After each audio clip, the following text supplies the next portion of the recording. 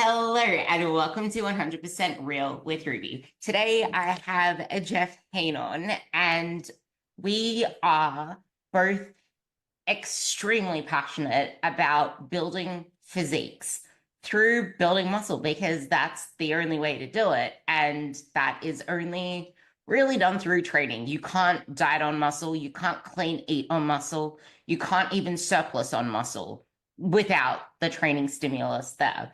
And one of the biggest mistakes that I see many women make, which I'm going to get Jeff to go into the biggest mistakes that he sees as well, but it's this bulk and cut thing, which is just glorified yo-yo dieting, but also many women aren't, they don't push their calories enough to see the changes they want. They play safe in maintenance or just a little bit more, and they fluctuate between a little bit more and then they bring it back a little bit.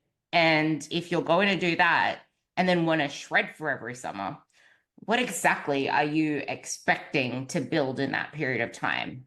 So, Jeff, welcome. And I know that this is one of your absolute passions. So, what do you see as the biggest mistakes that women in particular make when it comes to wanting to build the physique that they want? Yeah. Well, I mean, you kind of hit on it, right? Like it's one, I mean, the biggest mistake I would say is like you said there, where it's like you actually never give it time and you don't actually you don't eat enough, right? And I think the big thing there, it's again, it all comes back to I feel like scale weight is what people overly focus on when it comes to all this. And so to me, starting out, like the big thing is just not actually eating enough for any extended period of time. And when I say eating enough, I think a lot of people automatically think that like that's going to lead to like you need to be in this large surplus, you need to gain a ton of weight, and that's not the case, right? Like it's more so just let's make sure we fuel enough that's going to drive performance, put your body in a good spot to where it's not doesn't feel like it, you're not in this deficit, whatever, whatever it may be. But we're fueling enough and we're fueling for training. We're fueling to give, again, put your body in the best position to optimize your metabolism.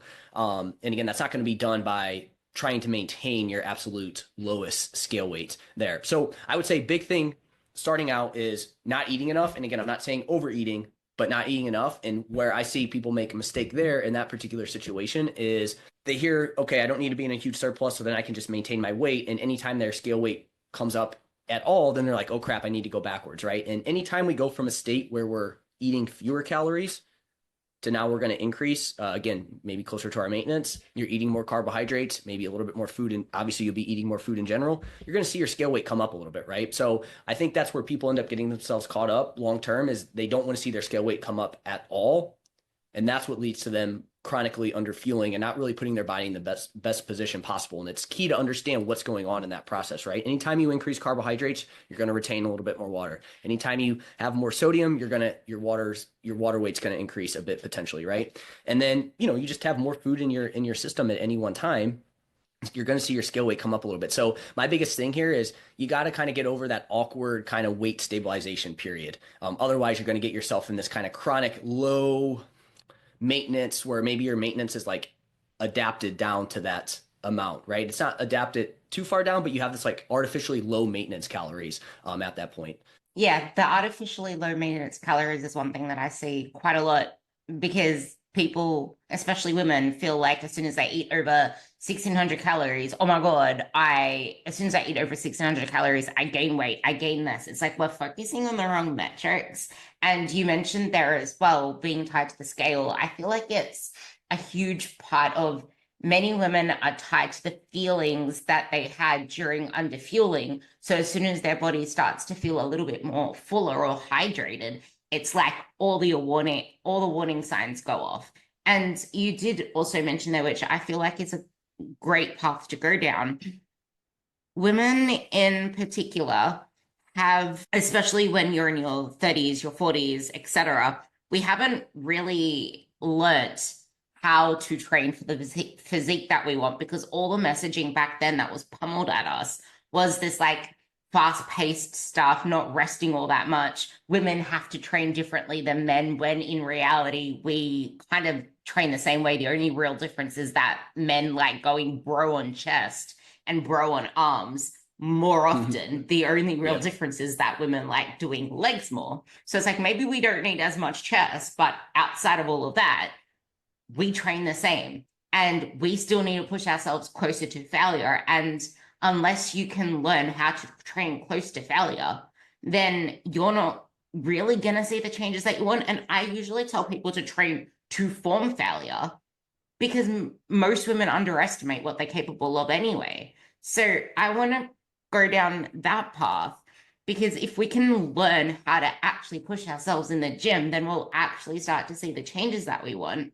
But it's really hard to feel like you're progressing in the physique that you want if you're still focused on all of the wrong things, all of the wrong metrics that were probably the right metrics to use when weight loss was the goal. But we want fat loss, not weight loss. And we want body recomposition, not just looking smaller and feeling smaller. Because if you stay tied to that, what exactly are you expecting to see? That's kind of why you've been stuck your whole life. Yep. Yeah. So you want me to talk a little bit about the training side of things and that? Yeah. Yeah. So And focusing on the right things for the physique that you want. yeah, yeah. So and I think I actually heard this from Luke Lehman, right? I know you're obviously super familiar with him. He did kind of mention like, hey, when it My comes to coach. muscle growth, stuff like that, like women, generally speaking, right, probably need to do less cardio, which I still think women should do some cardio, right, for the health benefits, et cetera. But generally speaking, they should lift heavier, right? Whereas men should probably do a little bit more cardio and a little less just heavy lifting, right? So that's a kind of good kind of rule of thumb there, right? And again, we don't mean heavy like, hey, you need to rip out your 1 rep max all the time, right? It's like, hey, 5 to 10 rep range, 6 to 10 rep range, and heavy for that rep range there. And you mentioned this too, like, I don't think you necessarily let's say you don't always go to failure. I think that's fine. Obviously, we know from hypertrophy research that the closer you get to failure, it's going to be better for muscle growth. It's just going to be one of those things where if the further away you get from failure, I don't think you're not going to see any results. It's just going to be a lot slower. And I think you said this already earlier. It's like muscle growth is already a freaking slow ass process, right? So you're almost just making it even slower than is necessary by staying further from failure. So we can almost be more efficient by getting closer to failure. But I also think that's a skill that does take some time to dial in. So don't feel bad if you don't get there right away. But I think the big thing being that hey, over time, we're progressing in that 6 to 10 rep range. And again, maybe that doesn't happen every single time you go in, but over time, and then over time, you also can get better at pushing closer to failure because it is a skill, just like everything that we do is a skill. That is a skill in itself, and when you can do that, everything just becomes more efficient there. So yeah, I mean that is a big thing with women when it comes to hypertrophy is yeah, it's probably not lifting heavy enough for that rep range. And then they end up, lifting 10 to 15 plus reps. And there again, there's nothing wrong with that rep range either. It's just a lot harder to get closer to failure. You're just spending more time training. So that's why I kind of fall in that 6 to 10 rep range. But I think if you can find exercises that feel good there, you can progress. And again, over time, you continue to learn how to get closer to failure and you're progressing over time. That's a huge piece of this as well too, right? Like I initially hit on the calories and the nutrition side of things, but as you said already, in order to build muscle, you need to train, right? You need that training stimulus. And that is a big thing where people will argue about, hey, eating enough, surplus, not surplus, but then they overlook this part of it. And it is super important that you are pushing your training over time. And I feel like with hypertrophy training, yes, you need to lift heavier, but to me, the most challenging part of hypertrophy training, getting close to failure, is one, like pushing through that discomfort, right? You know what I'm talking about, right? Like pushing through that discomfort uh, while maintaining your focus on what you're doing. To me, that's the most challenging thing of hypertrophy training is that aspect of it, right? It's like because I think a lot of people hear lifting heavier, so then they just automatically like just put a ton of weight on, and then their technique is just garbage, and that's not going to get you any closer, right? Because we want to make sure that the target muscle is close to task failure. It's got to be the muscle, right? And you're not going to do that by just loading up weight, having crappy technique, and not placing tension on the target muscle. So to me, that's where that challenge comes in. And I know that feeling, right? Where it's like you're like 6, 7 reps in, and you're like, damn, I still got to get 3 more, and it's like still staying focused, still pushing through. Like that to me is the challenging part of hypertrophy training. Yeah. And I would also add on to that.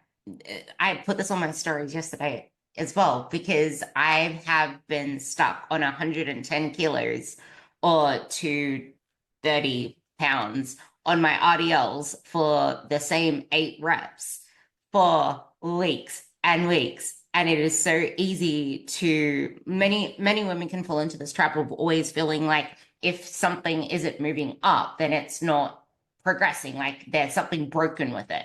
But in reality, that is exactly what is there. It's there for you to challenge yourself, maybe an extra rep wherever you can, even though I've been stuck on the same like reps for that. That is you forcing your body to change. And this is why just because you're progressing on the logbook doesn't mean you're building muscle. I think a Yep. lot of people fall into that trap where they're always seeing progress on the logbook, but that doesn't correlate with muscle growth if your training program changes every 4 weeks. Of course, you're going to keep progressing because you have new movements all the time. So you're going to keep progressing on that. You need to be okay with pushing that for long enough, which is why having the same metrics or the same focus on fast change, immediate gratification that you used to get in fat loss or you used to get in challenges doesn't work here anymore. This is where you need to find joy in, oh, this feels so good. Oh my God, it feels so good to push myself an extra rep, to just grind out that extra thing, because that's where the reward comes. And if you keep trying to chase the physique you want the same way that you have your whole life where you've been struggling, you're not going to get a different outcome from that.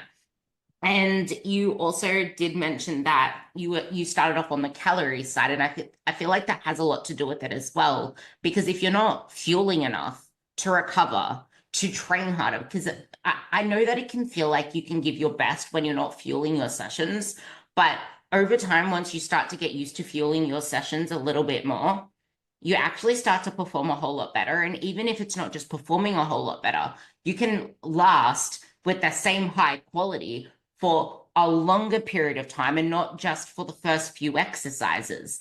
Because, yeah, okay, cool, you might have enough energy for the first few exercises, but if that hasn't been well fueled, then you're like, even though in the research it says that you don't really run out of all that much glycogen slash stored carbs in your muscles as you go, like as you do bodybuilding training or strength training, you actually do run out of a lot of that. It's just that it's not really seen in the system in the way that they test it. But when you go into the actual muscle cells, it is depleted from the type 2 muscle fibers. It's just that type 2 muscle fibers are tiny, so that you can't really tell, but it's depleted from the muscle. So of course they go into fatigue, they're going to fail earlier. So of course you're training hard, you're training heavy, but there is so much more capacity in you if you had more carbs in your system. And it's not just, this will be a good one for you actually. It's not just what you have before you train, because you're not really going to have that in the muscle cells available. It's what you've had the 24 hours before that, the week before that. It's fueling yourself through the day, through the week. And this is why most women will not build muscle in a deficit. Maintenance is enough to see the progress that you want. And then if you're not happy with that, that's when you can push your calories a little bit higher. But learn to train hard AF while eating in maintenance. And this part will tie into that, so you can go off this. I'm a big believer that if you put in the effort and deal with discomfort for long enough just to do it right the first time, for example, 2 years of just building and eating more and eating enough to get to a place where, okay, you have all of this muscle mass now, you can do like a diet phase, and then you can start to just lean build in maintenance, and you'll actually start to look the part because you put in that discomfort for 2 years before. You're not going to have to keep dieting over again and falling into this glorified yo-yo of bulk cut, and still not happy. Yeah, no, I mean, so yeah, you're 100% right. I mean, a big thing that I see is you know, a lot of people end up kind of like in this perpetual kind of cutting and always just feeling like they need to lose a little bit more weight. And it comes back to what we initially said of like, one, they kind of half-ass their fat loss phases, and then they don't do anything during the time outside of fat loss. So then you always feel like you're kind of having to lose body fat, right? And I think that can be a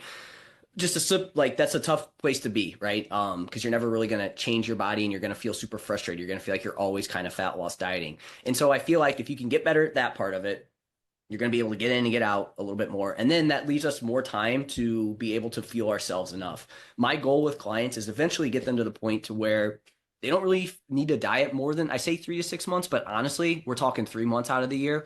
That's where I want to get people. And that comes down to one, having both feet, not one foot in, one foot out, both feet in your fat loss phase, get off where you need to get, get to where you need to get from that perspective. And then from there, let's find a good amount of calories that's going to do all the things that you talked about, fuel your training to where you can push it. Again, maybe it's a little bit of focus on nutrition around your workouts. For a lot of people, it's also like dialing in things outside of the gym, right? Like managing their overall stress load on their body, getting good sleep, dialing in their circadian rhythm. Another big thing is, a lot of times when people are outside of fat loss dieting, they don't really pay attention too much to the food quality, right? It's like, oh, hey, I have more calories to work with. Boom, I can eat whatever I want. We still want to have a good focus on making sure that you're not missing out on any important vitamins, minerals, right? Like you're getting a good base there. But then also too, like looking at somebody's like gut health too, right? I mean, that's another big thing where I feel like if that's not in check and you're just hammering more food on, you do want to get that in place too. So it's dialing in the fat loss phase, but then outside of it, like making sure that all the variables are in place, I think is going to be a good spot. And I believe that if you can get more of those things, you can get dialed in, the less people need to like really push their scale weight up, which really is ultimately why a lot of people don't, especially women, don't want to do these phases, is because they think that their weight's going to be super high. And again, I think this comes back to the whole bulking thing where we need to take your body composition into play here. Like that's going to be super important. If you're someone who's gotten leaner, but maybe you're not as lean as you want to be, to me, it doesn't make any sense to now make you gain a ton of weight. Like this is where we can really focus on your inputs, and that's going to put you in a good spot to where we're going to maximize your metabolism at wherever that is. We're going to train better, like we talked about, set up your training to where you can really push that. And yeah, maybe you're not going to maintain your lowest weight. You may see your scale weight trend up over time, but you're going to be in a much better position to where now you have more muscle, you've optimized your metabolism, you're in a better spot overall health wise. Now, when you go back to a fat loss phase, it's going to be way more efficient, and you're going to again feel like you can get in and out in less than 3 to 6 months, right? And then you repeat the process there. And I feel like you build on these over time as well too, right? Like you learn what works best for you. You find what kind of weight range feels best for you. You continue to learn how to, like we talked about, training to failure is a skill. You continue to learn how to do that better, which in turn could help you during your fat loss phase, right? So I could keep going on and on here, but that's kind of the lay of the land there with that. I liked that last part you said, actually, where you said you learn how to train better, and that's going to help you so much more in your fat loss phase. And I think that part is really overlooked in 90% of, actually, I'll say 98% of the cases, because once you learn how to train that much better, once you get that much stronger, once you have that much capacity in the gym, your fat loss phases are going to be actual fat loss phases, not just scale going down phases, because you're training hard AF, you're going to maintain that much more muscle. You probably will be able to build a little bit more at the start of it while you still have the fuel there. Then as you get deeper into the deficit, obviously you won't be building, you'll be just fighting to maintain it, but you have that much more capacity to have even more, like, yeah, okay, you don't use training to burn calories, but it still burns calories, and you'll be burning a lot more through your training because you're doing that much more effort through lifting heavier weights, through being able to be capable of doing a lot more volume within that section, because now you're doing, let's just say 200 for 8 reps instead of 100 for 8 reps. And that was in pounds. So 150. It's like that much more volume, and that's going to stimulate a lot more muscle, and that's going to keep the muscle there. And then you said the whole bulking thing. And I think that's probably the biggest thing. We try to cling on to our leanness. And I know that that was one huge thing for me as well. It's like, well, now I'm known as this, and this is how people see me. And if I let go of this, oh my God, the world's going to crash down. It's like catastrophication. And I said that wrong, but you know what I mean? It's like we make this huge, we catastrophize it. And bulking gives it a bad rap. It's almost like, I don't want to get big like that person or like that person. It's like, well, they probably don't actually know how to do it. They're probably eating a little bit too much. They're not actually building, they're bulking, which is why I like to differentiate the words bulking and building. You're not bulking, you're building. You're building muscle, you're building stamina, you're building strength, you're doing things outside of that. But I feel like unless people are in a fat loss phase, they feel like they're not making any progress. Like everything's on hold and they're waiting for the next fat loss phase so they can quote unquote start making progress again. But I see it the other way around. You make progress outside of a fat loss phase, and then a fat loss phase is a temporary trip away to just chip away to see what progress you have made. But this isn't something that you do every single year or twice a year to reveal, oh, I just want to see what I've built in the last couple of months. You didn't build anything in the last couple of months. Like try timesing that by 5 or by 7 or by 10, and now you have 20 months of actually building something to reveal. But I Yep. think that's a really powerful thing as well. Like you're a good example. I'm a good example too. Like we find things inside of the gym that excite us that aren't fat loss. Like you love getting stronger. You love seeing if you can challenge yourself. These are things to get excited about that will keep you building muscle. So what are some things that we can actually get excited about that will lead to the physique that we want? Yeah, so I mean, things to kind of focus on outside of fat loss. Yeah, no, I mean that's I like that because that's a super important, right? Because like you said, a lot of people just associate fat loss with like the biggest, like that's the only way they can make progress, and we know that that's not the case. So, what can we focus on in this phase to make sure that things are headed in the right direction? Like you said, you do kind of need to take the focus off of just physique for that time, and so some things that I think are important are we talked about it, but performance, right? Like what are some performance things that you want to focus on, right? So again, getting stronger, finding some thrill with that. Maybe there is like a sport that again, like a sport you want to play or some sort of performance event that you want to do, and associate that with that. Now that's one thing that we can focus on. But what I always like to do is focus on like how you feel during this time too, right? Because again, a lot of people that are maybe scared to go to this point outside of a fat loss phase or increase their calories or whatever.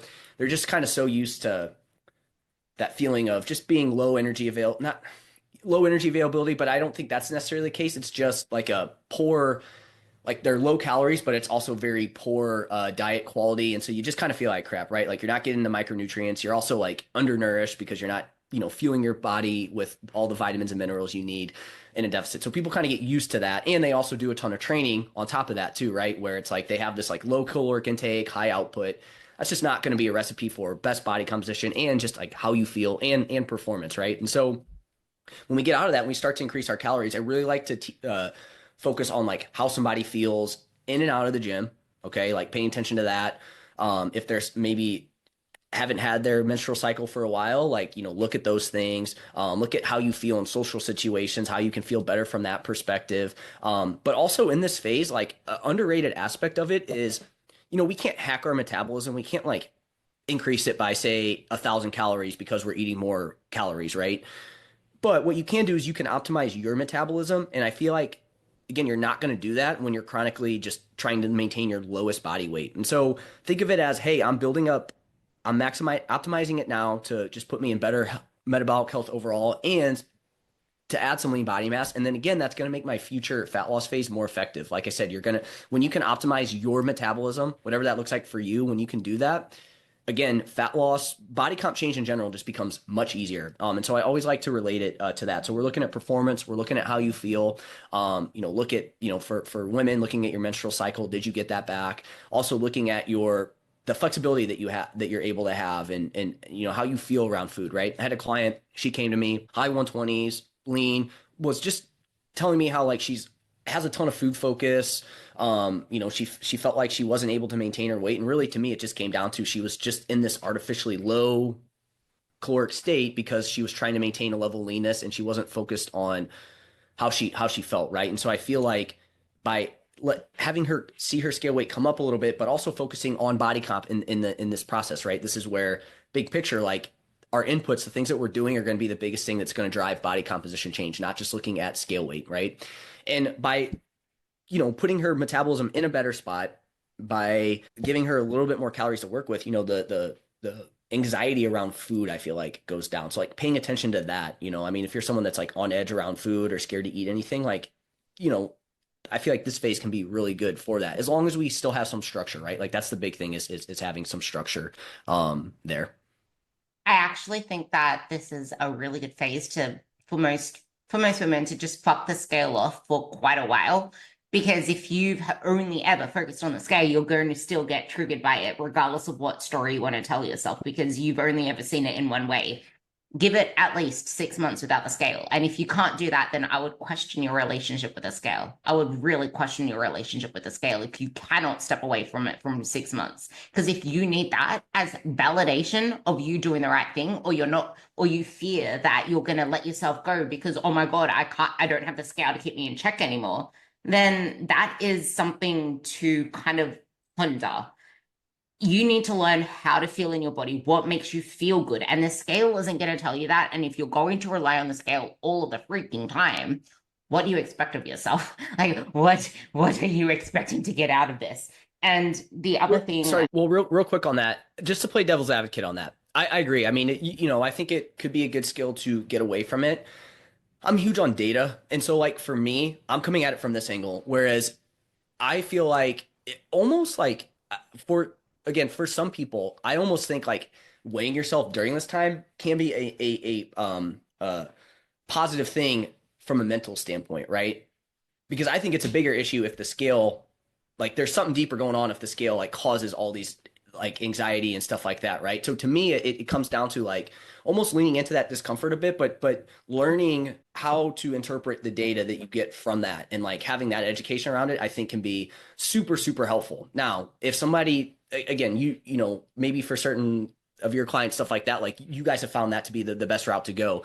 But I just feel like getting that data can be super helpful because it really gives you an idea of like, okay, if you are overly concerned about body comp, which, people are concerned about it, it's like, it's a good idea to keep tabs on it. But I think the education around it is where people maybe miss the mark on that. So just to play devil's advocate on that there, I think again that could work in certain situations, but again I also want to come at it from that angle of like I think it could be beneficial for people to track their weight during this time, just to again kind of lean into that discomfort a little bit. But in saying that, we never want to cross the boundaries. Okay, now this is like, hey, mentally this is just not good for you. Maybe we do need to take a step back as well too. So yeah, I feel like it can be the greatest bottleneck for so many women in their 30s, 40s, and 50s because the only thing that they remember the scale as is it needs to go down, otherwise you're a failure. Which is why, to me, it's like at least 6 months away from it, so you can learn to focus on other metrics. Then, if you're okay with bringing it back in, bring it back in again and start to use it as that sort of data. Like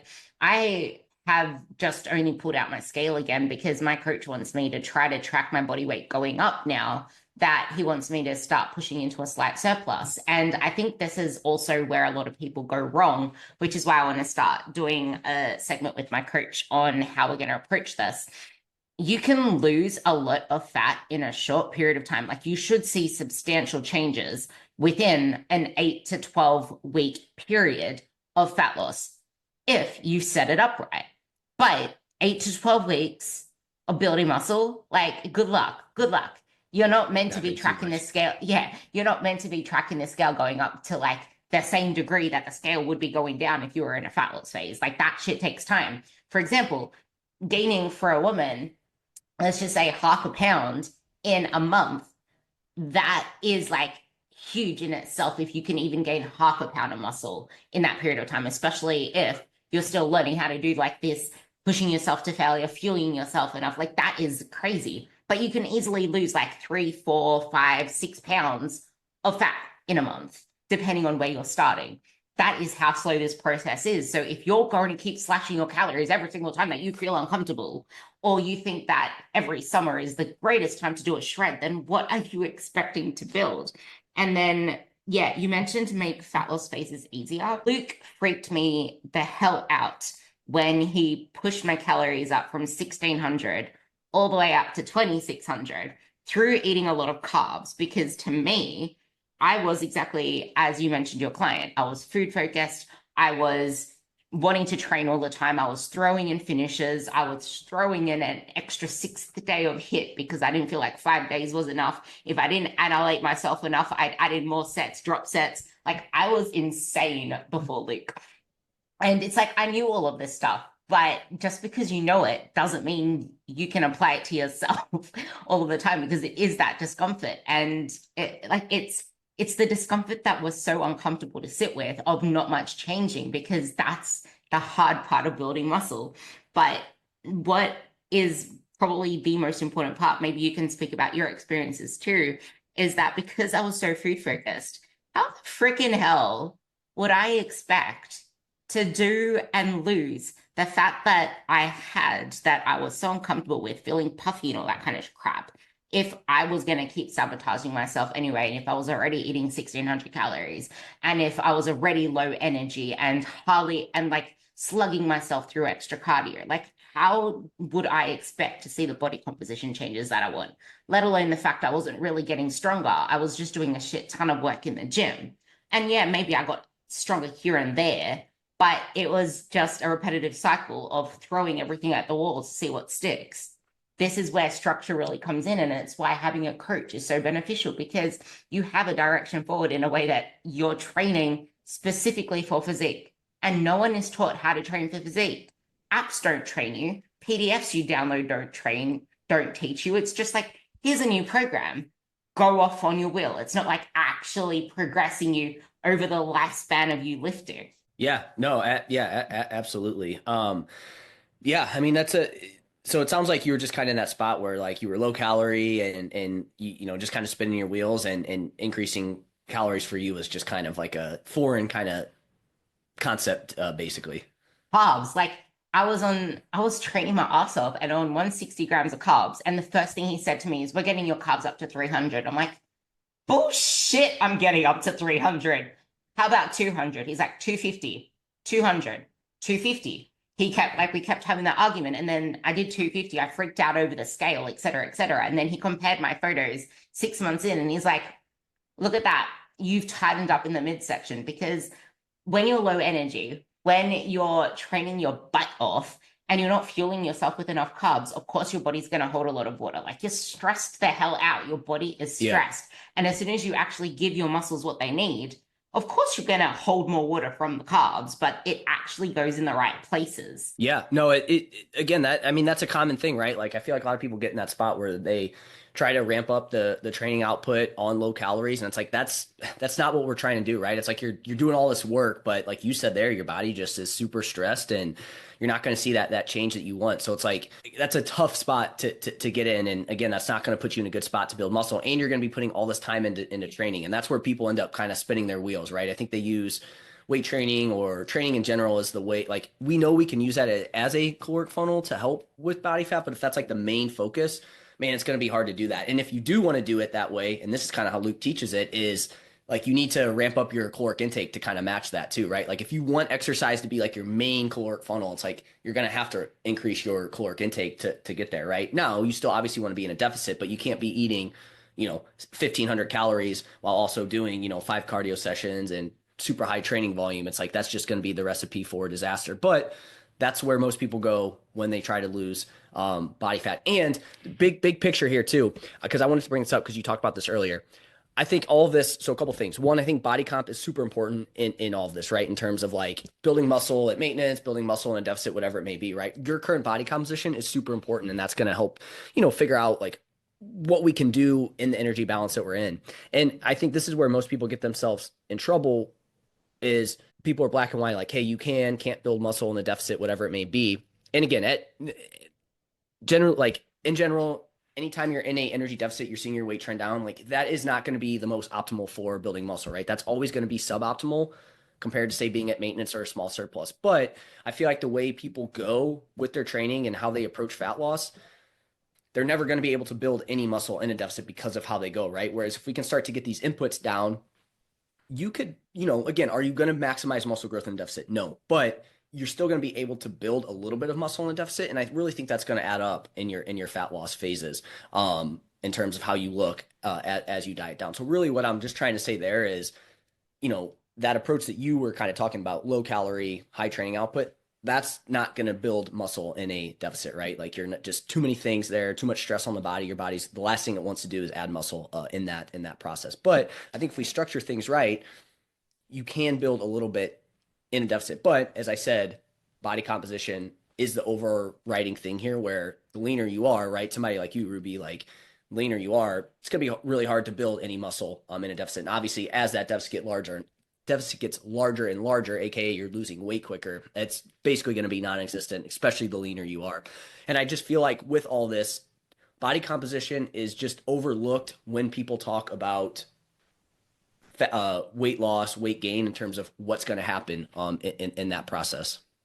Yeah, and that's why I'm going into a slight surplus too, because I'm not even in a position with how advanced I am in my training to be able to build muscle at maintenance, really. Like, if I want to actually I want to grow my glutes, I want to grow a little bit more of my delts and my legs. And it's hard for me to do that if I'm going to be sitting at maintenance because you kind of need fuel, and muscle is also made out of stuff. So the more stuff that you give it, the more it has to build from because your body wants to actually function as well. So it needs the body fat there. And I feel like so many women feel like they're meant to be like wooden skeletons. Like, no, your body has fat. You're a human. Things jiggle, muscle even jiggles when it's not flexed. Like you're not made out of wood, is the TLDR of that. And I feel like No, go ahead. Sorry, I'll finish what you finish. I love the part that you did mention on the deficit because so many women aren't already training to their full capacity. So as soon as you start to train properly, you can start to build muscle because you're pretty much like a newbie again. But as soon as you start to get to that level of, yes, I'm pushing myself really hard, this is where it becomes a matter of let's sit at maintenance for a long period of time, give yourself the fuel you need, push yourself as much as you can, and then we'll see where we are at in like 2 years' time if you want to stay playing safe. Or you can get a little bit more uncomfortable and play on the high end of maintenance because if you still have body fat to lose, like you said, I do not believe in putting people into a surplus if they still have body fat that they want to lose, or if they're in a Yep. place where they look like they need to lose some body fat. You don't need to go into a surplus. And I think there's so much mixed messaging on social media that makes people feel like unless they're eating this enormous amount of food, they're not, oh, that's what I wanted to talk about because you mentioned that before. Unless they're eating this enormous amount of food, they're not going to build muscle. And you mentioned this.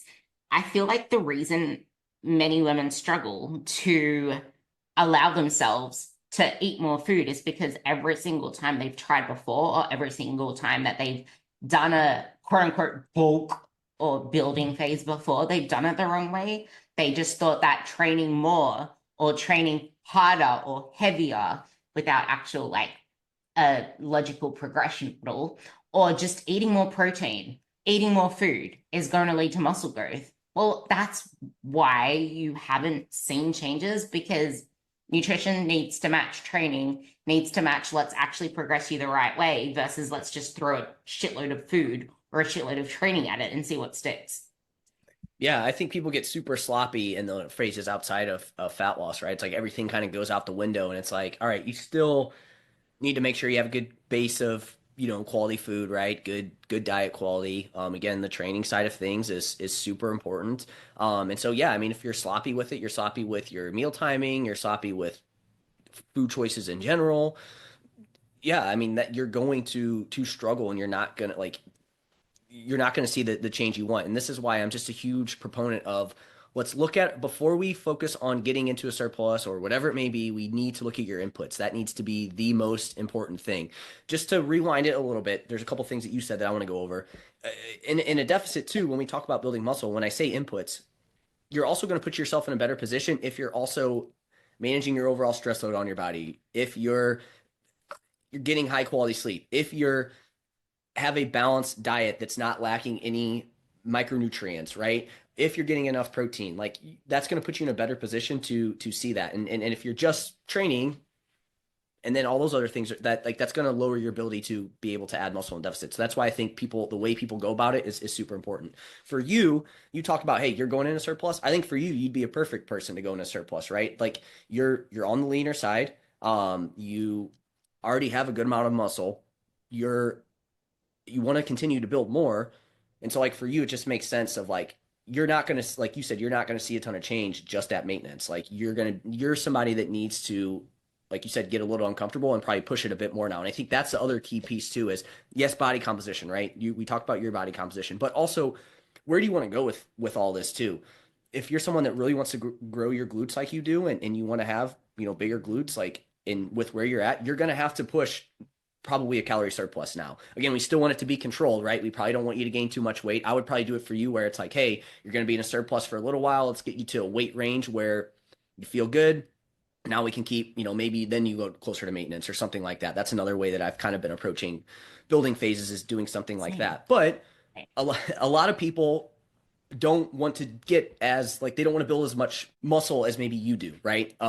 Or they don't realize that they don't need to build as much muscle as you, so they don't need to necessarily push their scale weight up a ton in that process, right? Because I think a lot of times people often get confused with like, oh, hey, to maximize muscle growth, you need to be in a surplus.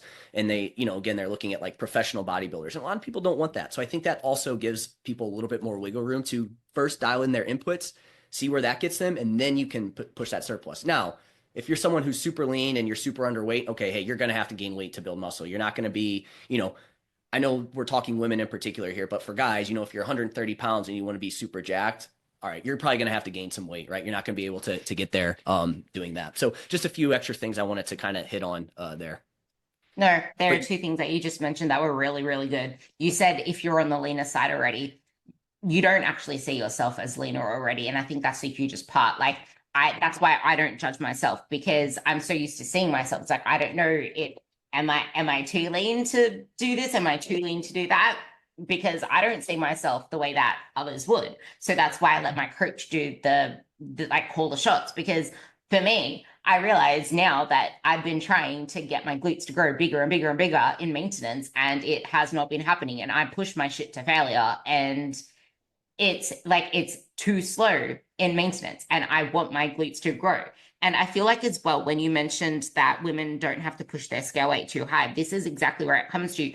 You need someone as an outside source to know where you're starting at first, because the muscle that you say you want is going to take a long time to grow. So yeah, you might not need to push it all that much higher, but you do need to give it way more time to build because muscle isn't bulky. Muscle is really lean if you do it like if you're not gaining a surplus amount of fat, you're going to need a lot more muscle than you think you do, especially if you're over the age of 35. Because if you're not trying to build muscle, you're losing muscle because you're going to be losing muscle just by the natural aging process. So you need to be doing everything you can to at least gain muscle, to at least build muscle. And that's why even playing with the deficit can be really hard once you're over 35 because everything needs to be a lot more dialed in and you're clinging to it for your life. And if your life is already chaotic, you mentioned this, which I think is important for you to bring back in again. If you've got all these other stresses going on and if there's so much going on, it's going to be really damn hard for you to keep the muscle that you want to keep in a deficit if your sleep is shit. So it's like you need to get all that in check before you enter a fat loss phase so that you're at least keeping muscle, if not building a little bit at the start as you go through. And you did mention one other thing that I wanted to bring up as you do this. You said training in the 6 to 10 rep range right at the very start, because I feel like this goes into what you wanted to say about training. But that I feel Luke promotes this as well. It's most women don't know how to train in the 6 to 10 rep range with a weight that actually is a 6 to 10 rep weight. So learning how to push yourself to failure within the 10 to 15 rep range for a while and like pushing yourself allows you to get into a place where you can get more out of less work, out of less reps, and make that 6 to 10 rep range really effective. Because I hardly ever do 15 plus reps. I hardly ever do 12 plus reps unless it's like some accessory thing.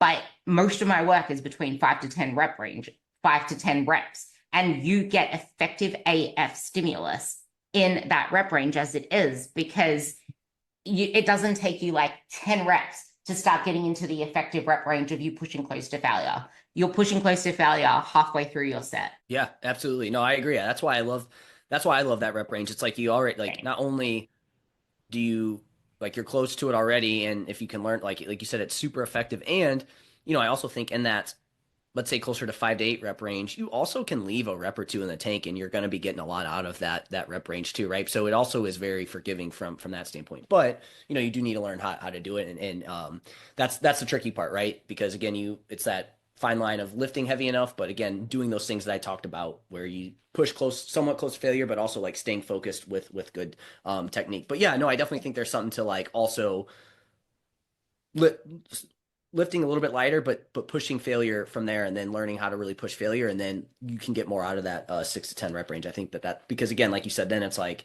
okay, there's no magic in the rep range. It just ultimately comes down to like, can you actually push yourself to failure there? And like we said, that's a skill, and it's going to be hard to do that with heavier loads right off the bat. So I agree with that. There was there anything? I know you kind of stopped me earlier on the. I talked about gaining and then kind of maintaining once you gain a little bit of weight. I don't know if there was anything you wanted me to kind of hit on with that, or if you had any other like specific Oh, questions. no, because that's where I'm like, that's exactly what I love doing too as an approach because just because you want to build muscle and go into a surplus doesn't mean that you stay in a surplus forever. It's like you go into a little surplus and then you pull back into maintenance and then you can go into another little surplus again. But the whole point is to just get you into a place where you're gaining a little bit, a little bit, a little bit. But then once you're at a place where, okay, we're actually at a really good place right now, let's just push the training. You're fueled Yep. up. Let's stay here, park here with your calories, and just keep slamming your training. And by slamming your training, I don't mean adding more and more and more. I mean, let's get you progressing. Let's get you getting some numbers on the book. And once again, if you're advanced, you're going to be fighting with the same weight for quite a while, but you're actually in a place to be building a lot more muscle tissue with that weight. You don't just force progress because, like you mentioned, with the technique getting sloppy, that's not actually progress. You're trying to just train at your very best close to failure. And then as a result, your numbers are going to go up, your reps are going to go up. I really did want to actually touch on something more concrete, as in, like, what does your training look like right now as well? Because I think many people feel like to build and to look a certain way, you have to do all of these different exercises. You have big full days. But I think you're like me in the fact that we don't have a shit ton of volume because you have a kid as well. It's like we don't have a shit ton of volume in our program. It's what you do with that. Yeah. I'm going to hit on my training. I just want to reiterate the fact that what you brought up, and this is again comes back to what I've said the entire time about the importance of body composition and where that's at. And again, when we talk body composition, fat mass, muscle mass, and again, I think people too often focus just on the energy balance, and we need to look at our body composition as another factor of that like that's again the more fat mass we have that's energy on our body, so that again that we need to look at that. And so I have found that approach to be helpful, and I've done this in mine, and I'm sure you've done it in yours, where yes, you kind of push it up for a little bit and then you feel good, you find that weight range that you feel good, you're still progressing, you're not seeing your weight trend down, but it's kind of staying in this range, and we're not actively trying to push up. I know for me in the past I thought surplus meant I had to be in that the entire time. And all that did was lead to extra fat gain that I didn't necessarily need, right? So now it's like, okay, hey, I end a fat loss phase at 155. This is pounds. I'm not over 300 pounds, or I'm not 150 kg. And I get to say I slowly build up to say between 160, 165. Once I hit that high end of 165, now maybe I'm going to slow that down a little bit, and kind of hang out there because I feel good. I'm able to progress training. From a gut perspective, I feel good, right? Whereas in the past, I would just keep pushing it, and like gut health would take a hit. I would feel crappy, and then I would just need to cut a lot sooner, right? And so it's like that to me that one, you're in a great spot to build off your current body comp, and you're not in a deficit, and you can push out that building phase longer, which I feel like we also have kind of talked about this throughout. I think the longer we can stay out of a deficit, once you get to a certain point, the better your body composition is going to be long term, right? And so that's where we can tie all this in with that. So I do want to answer the training question because I love to chat about my training. But was there anything else that you wanted to hit on with what I just said there? No, I gave that chef's kiss to what you said. That's why it's Cool. important to do this the right way, because if you push it too uncomfortably, or if you haven't learned how to sit with discomfort, you're never going to see the physique that you want. You're Yep. training. Yeah. Training. So this has evolved a little bit. I mean, it's still the same, but like for me, in the last probably 2 years, one of the main things that I really wanted to focus on more was I was like almost anti-cardio, in a way, right? And I never like, especially in building phases, it got to the point where one, I was pushing my weight up the entire time. And then I also would like try to keep steps low. I would try to I wouldn't do any cardio, right? I was like, oh, this is going to hurt my gains. And this is just a aspect my entire life that I've really kind of neglected. And now I've really come to love cardiovascular training, right? And in incorporating a little bit more of that, right? For so many reasons. One, for me, it's going to help me recover just day to day. It's going to help me recover in between sets. It's going to help me just handle life stressors overall. It's a little bit of a different feeling than doing weight training, right? It's like I feel like hypertrophy training is somewhat of a grind of like you need to keep pushing through, but I feel like cardio is really that grind. And I feel like from a mental standpoint, you don't get that from the weight training. So part of my training now is making sure that I'm improving my cardiovascular fitness. Like that's been a focus for me. And so I do 3 days of that. It's a combination of like lower intensity, longer duration stuff, right? Because this is where I think from a cardio standpoint, we're not doing it to burn calories. I'm doing it to improve cardiovascular fitness, and it's one longer session. I would say about 40-ish, 45-ish minutes. And again, the goal there is to get my heart rate up, but not like let it go too far, right? Or get too high. Then I would have like a medium intensity cardio session.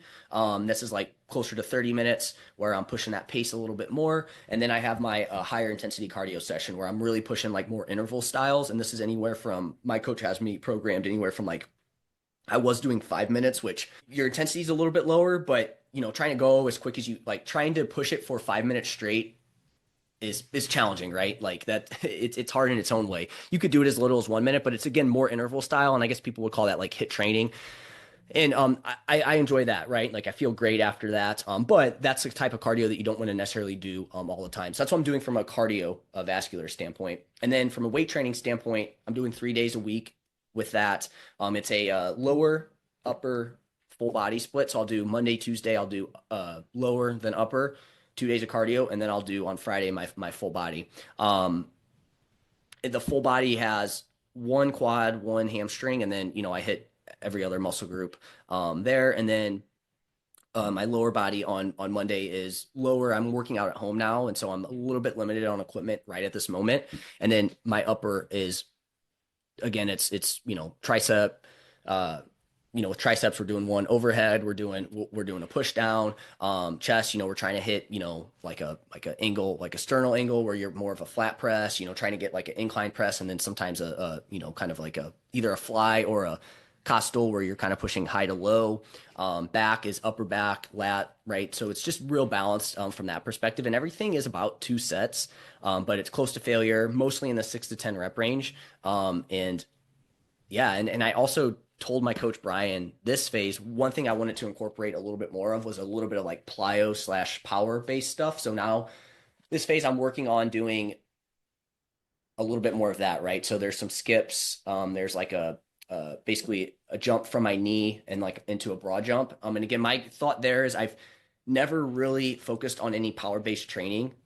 And as I talked to my coach about it, it was like, okay, I probably have a decent power just because I've lifted weights since I was, 15 years old, but I never really focused on explosive type movement. So I'm just wanting to incorporate a little bit of that. I don't want it to take up too much space. Luckily with that, it's usually low volume.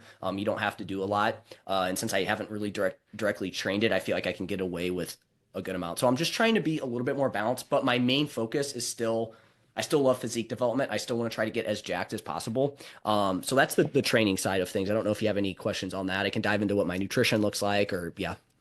Yeah, but I want to quickly touch on the training part because what you mentioned at the very end, you're trying to get as jacked as possible, and you kind of don't look like a huge bro bodybuilder. And this is the part that a lot of like, and you're a guy, like this is what women miss. You are not going to get jacked by accident, and it's just absolutely impossible. And I wanted to say you've been Luke fluenced, as in for the Yeah. cardio, you've been That Luke fluenced. he honestly with Luke, I was already kind of on the cardio train with him. I mean, he obviously made it even more so, but for me, I think where I was more Luke fluenced was more on the power based side of things, right? That was like more so where I was probably Luke fluenced the most out of all of it, right? Where I'm like, okay, he talks a lot about this. I think that's super important. But plus, we know too that as you age, like that's the one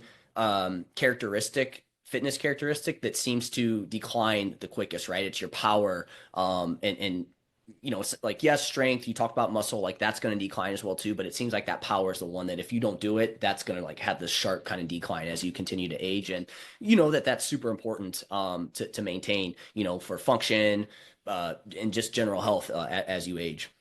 Yeah, I feel like the plyometrics plus strength training outdoes doing friggin' like the whole sprint interval stuff. It's like most people can't recover from that enough as it is. It's like just do your zone two. You do not need to do sprint intervals. You do not need to do your hit stuff. Just train.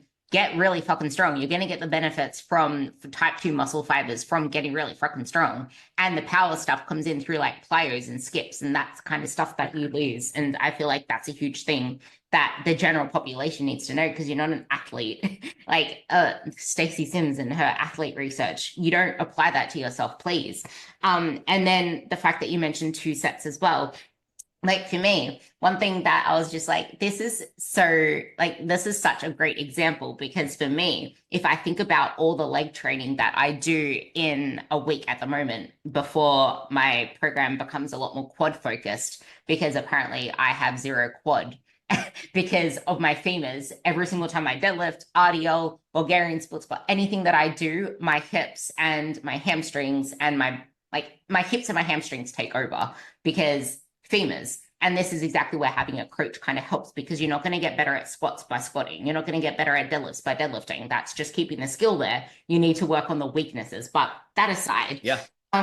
I have squats and they're not going to build anything much. They're just there as skill because I only do 1 rep, 2 reps, and 3 reps of squats. And same with deadlifts. I only do 1 rep and 3 reps at the moment. That isn't there to build muscle. That's just there as a strength exercise. But everything else I do, I have leg press, 3 sets, leg extensions, 1 set, glute hypers, 3 sets, Romanian deadlifts, 2 sets, Bulgarian split squats, 3 sets. I think that's all the leg training that I actually do, to be honest. I think that's all.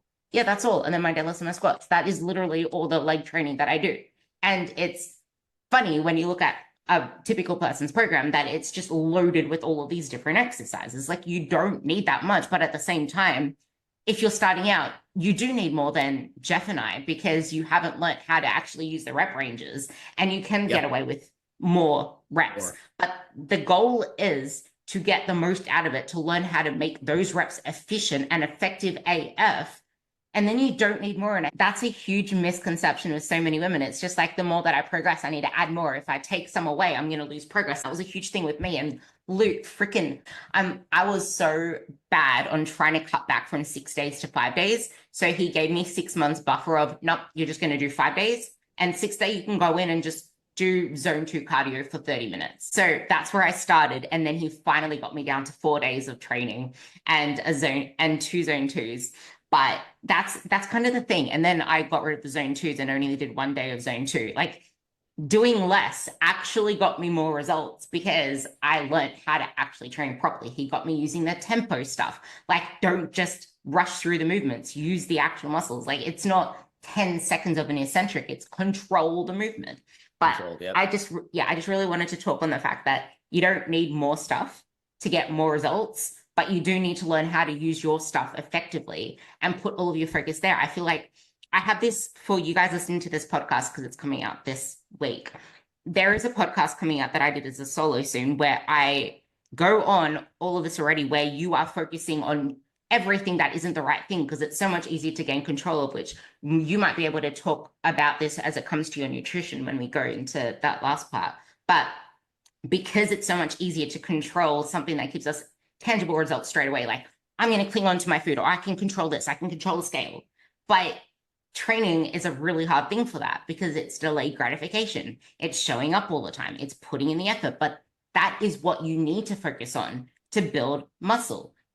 That is the only thing that builds muscle. You need to put all of the stress that you're putting on the scale weight, on the calories, should I eat white bread or brown bread, whatever. Yes, get your nutrition to a sound place. That is so freaking important, like we've mentioned so many times. But past that point, everything else is just training. Take it away. Yeah, no, training is super important. And if that's not there, I mean, you're missing the mark here on building muscle. And you bring up a good point. I mean, if you are someone that doesn't like training to failure, you can mask that or make up for that by doing a little bit more volume. Again, I've taken that approach in the past, and trust me, I like this approach better of making things more efficient and a little less volume. But you can make up for that by doing a little bit more volume. So it really just depends on how you want to train. And that's the cool thing about it, right? It's like there's that inverse relationship between intensity and volume, right? The more intense things are, the less volume you can do. The more volume you can do, the less intense it has to be. And again, that applies to hypertrophy training for sure. Um, but yeah, as far as my nutrition goes, so this again is something that I want to get my clients to at some point, right? I love the concept of tracking calories and macros. I think that's a great education piece and a great way to get you into it. And if you really want to see really good body comp change, I think it's necessary, especially at times. But my goal eventually is to get clients to be what I like to call like autopilot mode, right? Where like you have the tools in place and you don't necessarily have to track every less calorie macro all the time. Now I'm going to give you some caveats to that, but that's how I treat my nutrition right now. And again, understand that this comes from somebody who has tracked their calories and macros for extended periods of time. I love learning about training, nutrition. So it's like, that kind of knowledge base is there, right? And I work with clients and I've done this all myself for a while, right? So it's like, taking that, it's like, it's going to take a little bit to get there, but ideally we get to this point where you can be autopilot. So what does that look like? So for me, it's all right. First thing I'm doing is I'm choosing how many meals I'm going to have per day, right? And that's what it's going to be. So for me, it's 4 meals per day. Okay. And I'm going to make sure at least 2 of those are somewhere around my workout. I'm not overly concerned about it being, oh, hey, 33 minutes before my workout and 25 and a half minutes after my workout, right? It's just like, hey, sometime around my workout, I want to get some sort of nutrition in. So then I have those 4 meals. And then from there, I break it down into, 4 extended periods of time, like 1 meal or 2 meals will be the same, right? And then that way it's like now I have this like structure. I'm working within these guardrails to where I don't have to track every last little bit. And then from there, I'm tracking my body weight just to kind of see where the energy balance is, right? Making sure I'm in the right energy balance, right? If it's trending up too quickly, hey, I know that I am eating more calories than I think somewhere. And for me, really the big thing is I just don't want to see it trend down over multiple weeks, right? I'm trying to avoid being in a deficit. For me, that's the more important thing. I don't want to see these extremes up, but I also don't want to see things trend down because that's not going to be good for my current goal, which I'm in what I call a building phase, but it's kind of my new approach where it's like a maintenance/building phase, right? So that's how I set that up. And then from there, it comes down to, hey, I'm getting at least 20 to 30 grams of protein at each of those 4 meals, right? And then at least once a day, I'm getting fruit and veggie in, at a minimum, right? And then, from there, I'm just trying to like that's kind of where I'm at from like what I call my autopilot. From there, I'm making sure I hit enough steps per day. I'm hitting my workouts, and then just generally following good, nutrition habits, right? I'm not having large meals late at night. I'm eating mostly foods that are going to fill me up, right? I'm making balanced meal choices.